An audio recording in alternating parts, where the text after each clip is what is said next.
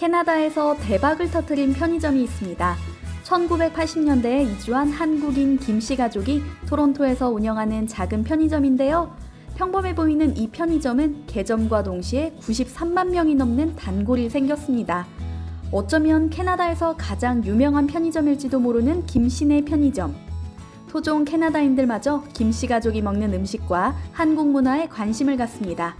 바로 캐나다 국영방송 CBC에서 방영한 시트콤 김씨네 편의점 이야기입니다. 방영한 지 3개월 만에 100만 명에 가까운 애청자라니 김씨네 편의점은 뭐가 그렇게 특별한지 사뭇 궁금해집니다. 실제로 한국인 같은 소수민족을 주역으로 내세운 콘텐츠가 캐나다에서 이만큼 주목받은 적은 없었습니다.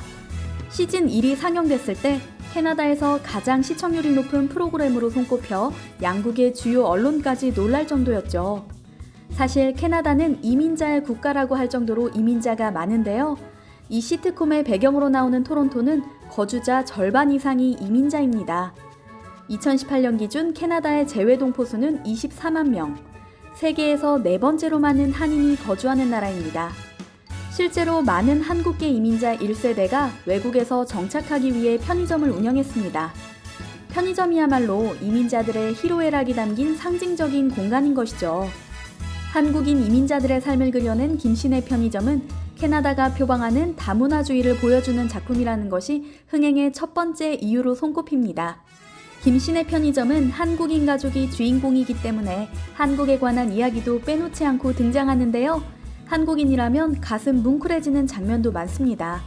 아빠인 미스터 김은 딸과 데이트하기로 한 남자가 편의점으로 딸을 데리러 오자 대뜸 광복절이 언제냐고 묻습니다. 이름도 직업도 묻기 전에요. 미스터 김은 편의점 앞에 도요타 차량이 무단 주차되어 있으면 경찰에 신고하지만 현대차는 눈 감아주기도 합니다. Janet, call police. Hey, it's a Toyota, but still no parking zone. But it's Hyundai, no problem. 이처럼 그는 투철한 애국심을 가진 인물로 그려지는데요. 손님에게 일제강점기와 같은 한국 역사를 설명해주는 것은 물론 한국의 태권도 합기도와 일본 무술의 차이점을 열을 내며 이야기하기도 하죠. 하루는 손님에게 한국산 에너지 드링크라며 음료를 건네고 외국 손님이 진생이냐고 묻자 진생이 아니라 인삼이라며 한국어로 강조합니다. Ginseng. No, 인삼. 1910. You know what happened in the 1910? Japan attacked Korea. 이런 모습은 지구 어디에 살고 있든 한국인임을 잊지 않는 우리 동포들의 모습 그대로일 것입니다. 보수적이고 억척스럽지만 어딘가 귀여운 구석이 있는 한국 아빠 미스터 김은 캐나다 사람들도 무척 좋아하는 캐릭터라고 합니다.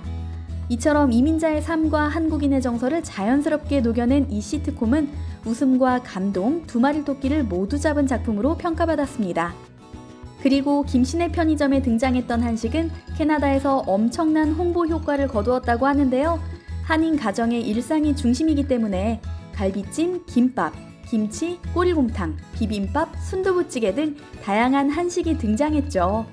딸인 자넷이 친구들과 한인타운에 위치한 순두부찌개 식당에서 식사하는 장면에서는 순두부찌개에는 계란을 넣어야 한다라고 말할 정도입니다. 김씨네 편의점은 현지인들의 호기심을 잔뜩 자극해 한식을 사 먹거나 직접 만들어보게 만들었습니다.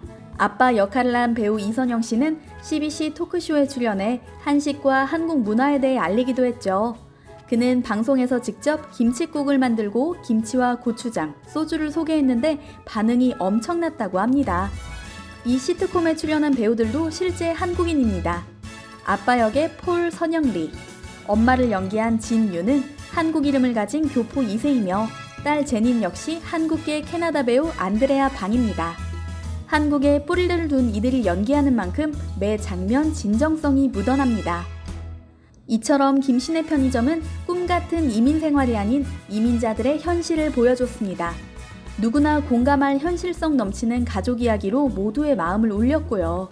엄마 역의 진유는 30년 전만 해도 한국이 어디 있는지도 사람들이 모르던 시절이라 인종차별을 당할 때도 중국인, 일본인이라는 놀림을 받았는데 연기를 하며 자신의 정체성에 대해 생각해 볼 수 있었다며 눈시울을 붉히기도 했습니다. 또한 김씨네 편의점은 아시아계 배우로 역할이 한정적이었던 그들에게 새로운 인생을 열어준 작품입니다. 연기를 오랫동안 했지만 늘 단역만 맡았던 그들은 이제 캐나다는 물론 한국에서조차 알아보는 사람들이 나올 만큼 스타가 된 것이죠. 36년 만에 한국에 와봤다는 폴 선영 리는 내심 걱정을 했다고 합니다. 캐나다에서 정착하는 동안 한국인이라는 정체성을 거부한 적도 있었기 때문입니다. 그만큼 캐나다 사회에 잘 적응하고 싶었던 거죠. 그런데 아이러니하게도 그가 한국인의 정체성을 받아들이고 나니 큰 성공을 하게 됐다며 늦은 나이에 만난 인생 최대의 축복이라고 말합니다. 주목할 점은 김신의 편의점이 캐나다 주류 방송이 제작한 콘텐츠라는 점입니다.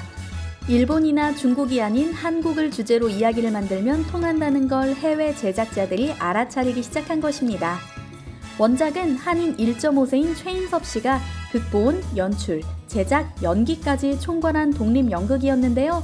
1살 때 이민홍 그는 친척이 운영하던 김신의 잡화상이라는 편의점 건물 위층에 살았고 청년 시절 여러 가게에서 일한 경험을 보태 글을 썼다고 합니다.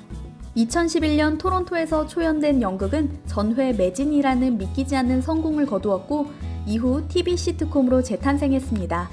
TV 시리즈 김신의 편의점은 2017년에는 캐네디안 스크린 어워즈 11개 부문의 후보로 올랐고 배우들은 나무주연상과 코미디 조연상을 받았습니다. 벌써 시즌 4까지 방영이 완료되었는데요. 다음 시즌은 올해 가을쯤 나올 예정이라고 합니다. 넷플릭스에서도 전 시즌이 인기리에 방영 중이라네요. 이 밖에도 해외에서 한국 콘텐츠의 가치를 먼저 알아본 사건은 또 있는데요. 요즘 미국에서는 한국 웹툰을 애니메이션으로 제작해달라는 요청이 뜨겁다고 합니다. 미국 온라인 청원 사이트에 한국 웹툰인 나 혼자만 레벨업을 애니메이션으로 제작해달라는 청원이 올라왔는데요. 벌써 18만 명의 동의를 받았다고 하죠. 이 웹툰은 미국뿐 아니라 일본과 유럽에서도 팬층이 두터워서 흥행이 보장된 작품이라고 합니다. 그래서인지 이 소식을 들은 국내 회사가 애니메이션을 곧 제작하겠다고 밝히기도 했습니다.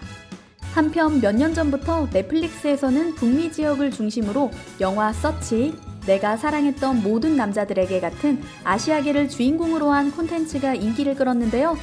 최근에는 넷플릭스 아시아를 한국 콘텐츠가 먹여 살렸다고 해도 과언이 아닐 정도로 꽉 잡고 있습니다. 미국 CNN도 넷플릭스가 아시아 시장에서 성장할 수 있었던 주요 배경으로 한국의 콘텐츠를 꼽을 정도죠. 파격적인 10대물이라고 평가받고 있는 인간 수업과 K-좀비의 절정 인기를 끌게 만든 김은희 작가의 킹덤이 있습니다. 그리고 이응복 감독의 스위트홈과 요즘 승승장구하고 있는 승리호까지 한국 콘텐츠가 전 세계적인 돌풍을 일으키고 있는 것입니다. 작년 12월 공개 후 4주 동안 전 세계 2,200만 가구가 스위트홈을 시청했다고 하는데요. 한국, 태국, 대만, 베트남 등 11개국에서 1위를 차지했고 미국에서는 한국 드라마 최초로 3위에 이름을 올렸습니다. 올해 2월 7일에는 넷플릭스 영화 전 세계 1위에 승리호가 올라섰고요.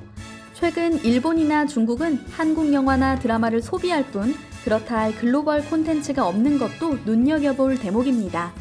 이처럼 대한민국의 한국 콘텐츠는 문화적 요소를 넘어 국가 경제 성장을 견인하는 중요한 미래 먹거리로 부상하고 있습니다.